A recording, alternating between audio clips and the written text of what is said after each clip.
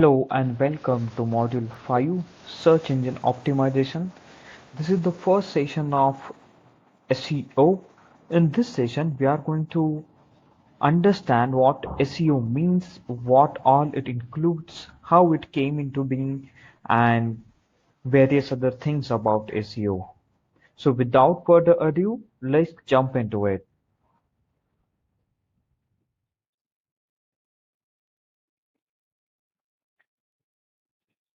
So, how search engines work? It is very important to understand how search engines work in order to be good at search engine optimization. There are three main aspects here. First is crawl, second is index, and third is rank. Irrespective of whatever search engine it may be, these are the three things that search engine does in its background. So how it happens? If you remember, you submit in last session we discussed about websites, right? And in websites you create sitemaps and you submit your website to Google, or either on Google Analytics or on Google Search Console. Once you submit your website, the spiders, or crawler as they call, start crawling your website. These are search engine features. Once you submit your website, this crawler will start crawling your website. It will understand what your website is all about. Now, it is not going to read a text, it is rather going to read what code it has in the background, what kind of keywords you have put into your website. That is what matters to crawler. Once crawler crawls your website, it understands what all pages are there, it will index those pages. In literal sense, indexing is nothing but adding those pages to the library of Google, where that all information about the website will be stored. And how it is then used? When search, or when users search anything on search engine, the search engine will refer to the library, or the all the storage place where all the information is stored, or index pages are stored, and then it will fetch the data and it will give data to the user. Now, how usually people find information over internet, or rather visit websites or internet? They will either put URL in the browser and try to visit it. This way, it is a fairly simple procedure where someone can directly land on the website. But other ways, they have vague idea. Users have vague idea about what they're searching for. So most of the time, they will put keywords, or rather write some query on the search engine. And that query had certain keywords in it. And this is how search engine recognizes that what user is trying to find over the internet. And those keywords become important for search engine to know what user is trying to find. For an example, if someone is trying to find best coffee shop near me, then coffee shop are some of the keywords in that query.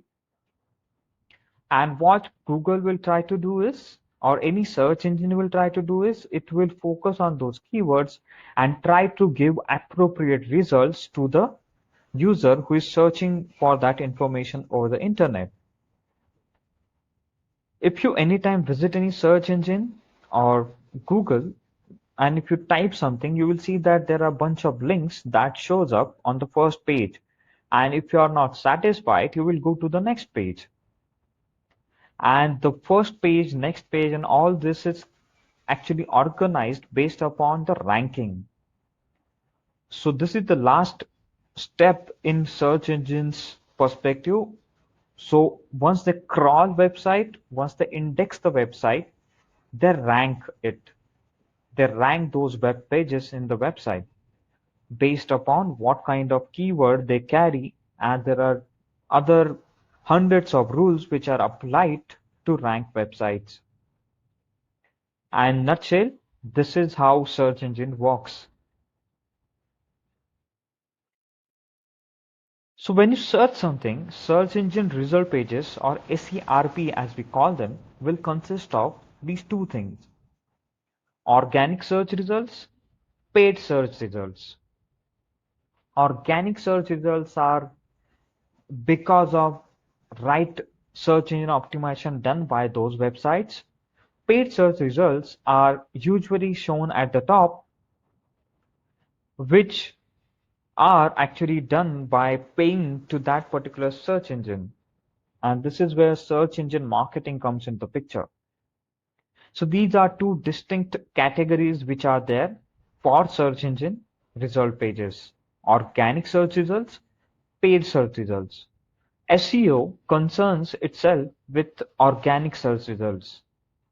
We'll look into paid search results when we get to the part of search engine marketing. So why SEO matters? I mean, you can always pay to Google and get yourself at the first place of the search engine result page. These are the reasons. Majority of online traffic is driven by search engines. Understand, it is, if someone is searching something, probability of they clicking on paid link might be lesser than probability of they clicking on the organic link. And at very beginning of it, majority of online traffic is driven by search engine. I mean, no one is directly putting URLs in browser and getting to what they are looking for. Second important factor here is organic search results cover more digital real estate, appear more credible to savvy searchers, and receive way more clicks than paid advertisement. I mean, this behavior is pretty much valid for everyone who is using search engine. Check it for yourself. When you search something over search engine, you prefer to scroll down and click on organic results which look legitimate.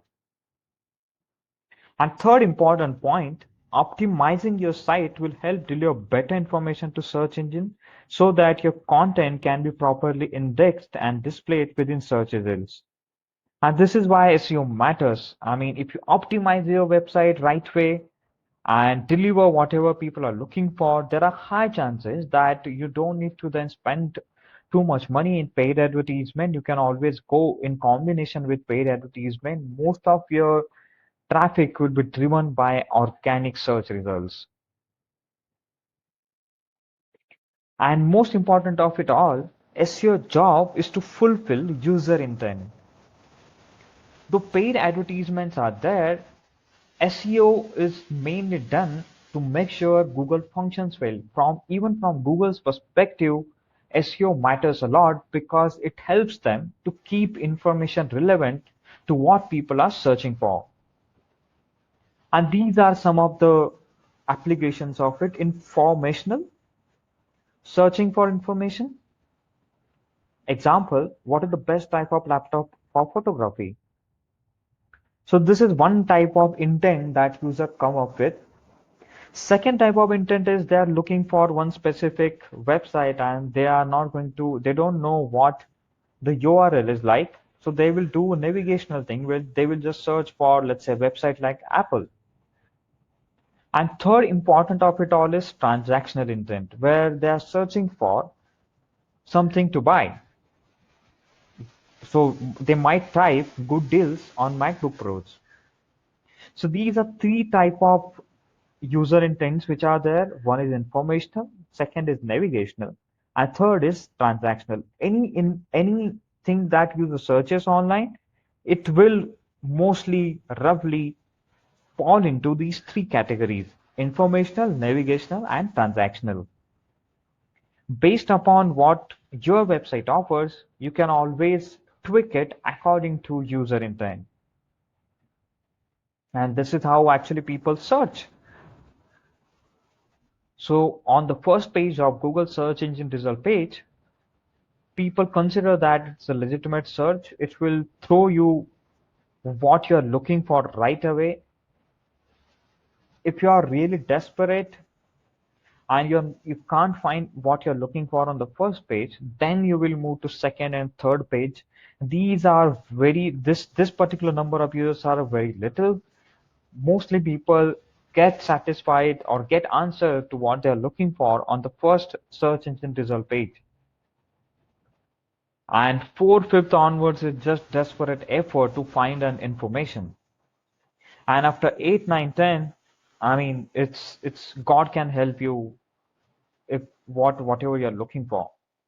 So it is in best interest of businesses to appear at least in first 5 pages of Google search engine result page. Because after that, people will just give up because they are not going to find what they're looking for if they haven't found it in first 5 pages. Now, how then search engine optimization work? We understood how search engine works about those three things, crawling, indexing, and ranking. But now I'm going to give you a bigger analogy to understand it better.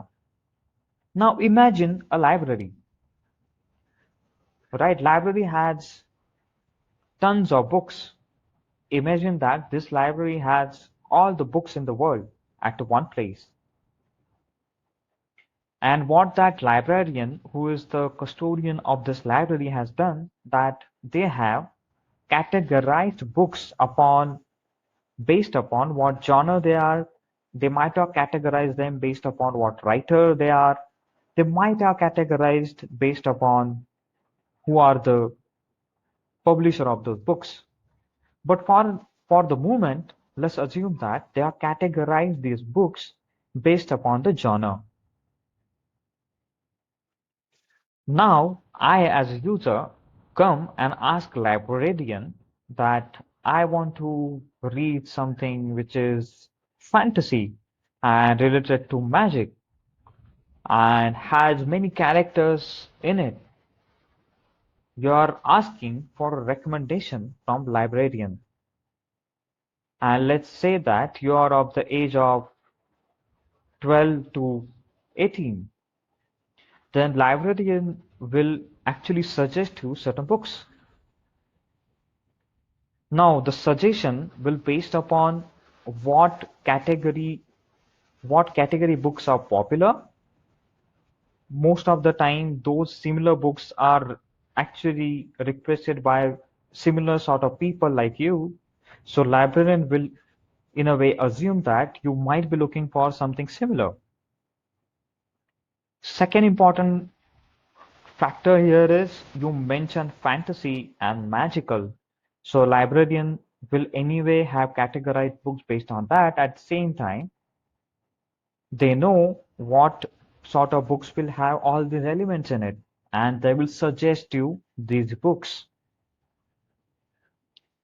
Now imagine this library is internet, and you as a user searching for that book recommendation. You just typed in the best book about fantasy or best magical books or best books to read about fantasy or best fantasy books for children.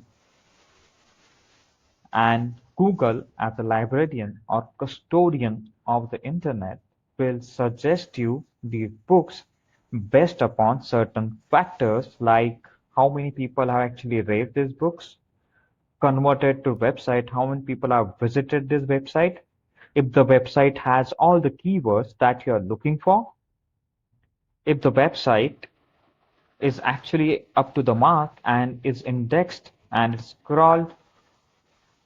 And fourth important factor, if you strictly talk about this, is how close it is to the intent of the user. I hope you understood this analogy. This is how search engine works. The library example can be then multiplied or can be put into multifold of internet and then looked into it in that bigger way. There are thousands of Harry Potter books which are similar to each other, carrying similar content. but for sure might have certain differences between them. Some books might be in very well condition. They might have all the pages intact to it. They have categorized themselves while they entered the library to librarian saying we are fantasy book, we are book for children. Similar way, websites need to make sure they adhere to rules of the internet or the search engine. Even if then thousands of similar sort of website offering similar sort of content, you can still make sure unique by doing all that Google suggests. And this is the practice is what all about how you rank on Google search engine result pages. And this is what SEO is all about. Then what are those rules? And what are the activities that you need to do? These activities of search engine optimization can be roughly categorized into two. One is on-site optimization. Second is off-site optimization. These are also called on-page optimization and off-page optimization. You can choose any word to call them. So very important. Now there are two categories that we have decided or rather are practiced worldwide. But don't be bogged down by the volume of them. There are tons of things which are available online as well, where they talk about what you should do in the SEO. But even before you start SEO activities, it is important to zero down what you're looking for or what you're aiming for. What are your objective with SEO? So what should be the aim of your SEO efforts? And in order to do that, you should be able to know what is your website's business goal. When you decide when you are even in the inception phase of website, you should know what is the business goal of your website. You also need to decide what will your KPIs be to measure the return on SEO investment. How you will decide that my SEO efforts are actually fetching me good results. What are my key performance indicators? And then you can go about doing your SEO efforts. So I have mentioned certain KPIs to get you started. These are very common KPIs across industries and businesses and websites. First is sales, which is very obvious one if you are looking for sale. If you want to sell something on your website, that could be your KPI. And then you can give number to it and decide I need to get these many sales per month through my SEO efforts. Downloads, I want to get these number of ebook downloaded from my website. Email sign up, I'm running a blog. I need to get these many people signed up to my email. And if I am just doing SEO efforts, or if I'm not paying anything to do paid advertisement, then my SEO should fetch me these many email sign up. Then if I am a consultancy business, I might not have anything right away to sell, but I might want to look for leads who will then convert it into business once I talk to them. Then I'm just looking for contact form submissions where if someone looking around internet and they find my website, they put in their information so that I can contact them and talk business or phone calls. People should directly see my phone number on my website if they are looking for something and they should call me. So these are some of the KPIs that you can get started with. So this is what SEO is in nutshell. SEO involves many steps, many things, but most important of them all is keyword research, where it is important to find out what sort of keyword people are looking for and what sort of keyword you as a business have. When these two things match, your SEO will start working for you. So in next session, we are going to look into keyword research, how to do it, what are the ways to do it, why it is important, what are certain tips, hacks, and advices for keyword research. We see all that in the next session. Till that time, thank you.